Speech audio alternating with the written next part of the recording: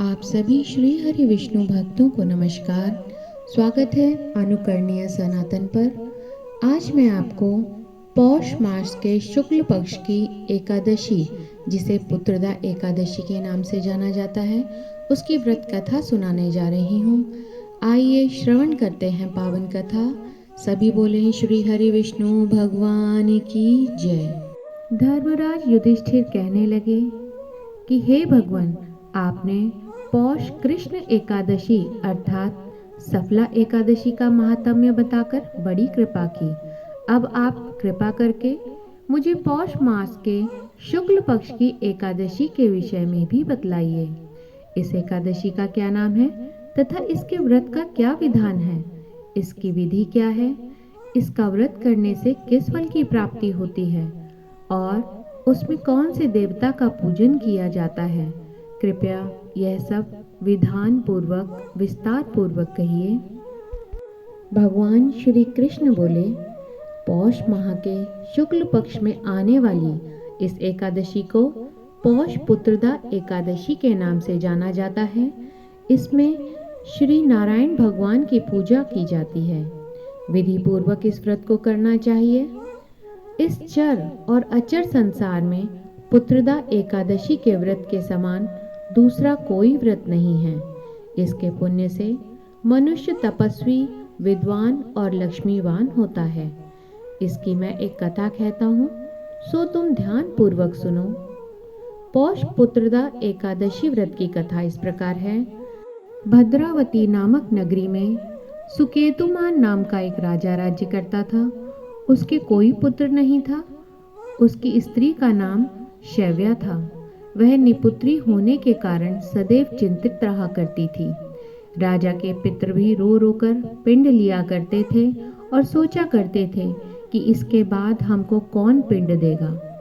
राजा के भाई, बांधव, धन, हाथी, घोड़े, राज्य और मंत्री, इन सब में से किसी से भी कोई संतोष उसको प्राप्त नहीं होता था। वह सदैव यही विचार करता था कि मेरे मरने के बाद मुझको कौन पिंडदान करेगा। बिना पुत्र के मैं पितरों और देवताओं का ऋण कैसे चुका सकूंगा। जिस घर में पुत्र न हो उस घर में सदैव अंधेरा ही रहता है। इसलिए पुत्र उत्पत्ति के लिए प्रयत्न करना चाहिए। जिस मनुष्य ने पुत्र का मुख देखा है वह धन्य है।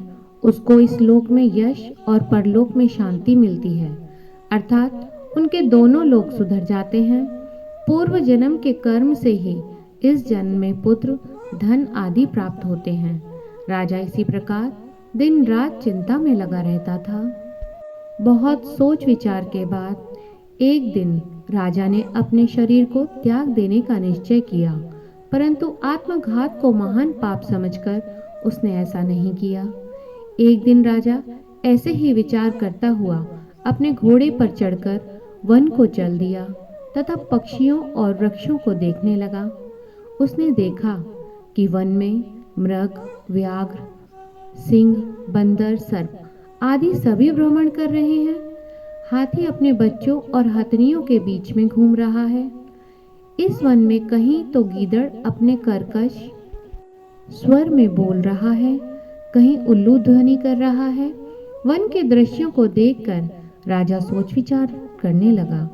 इसी प्रकार आधा दिन बीत गया। वह सोचने लगा कि मैंने कई यज्ञ किए, ब्राह्मणों को स्वादिष्ट भोजन से तृप्त किया, फिर भी मुझको दुख प्राप्त क्यों होता है। राजा प्यास के मारे अत्यंत दुखी हो गया और पानी की तलाश में इधर उधर फिरने लगा। थोड़ी दूरी पर राजा ने एक सरोवर देखा। उस मनोरम सरोवर में कमल खिले हुए थे तथा सारस, हंस, मगरमच्छ आदि विहार कर रहे थे।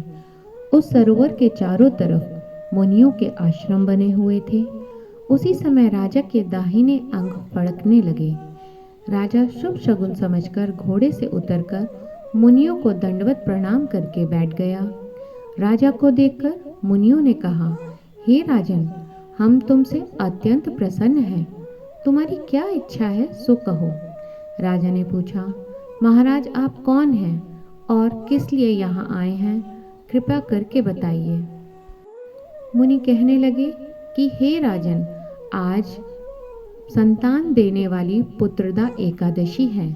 हम लोग विश्वदेव हैं और इस सरोवर में स्नान करने के लिए आए हैं।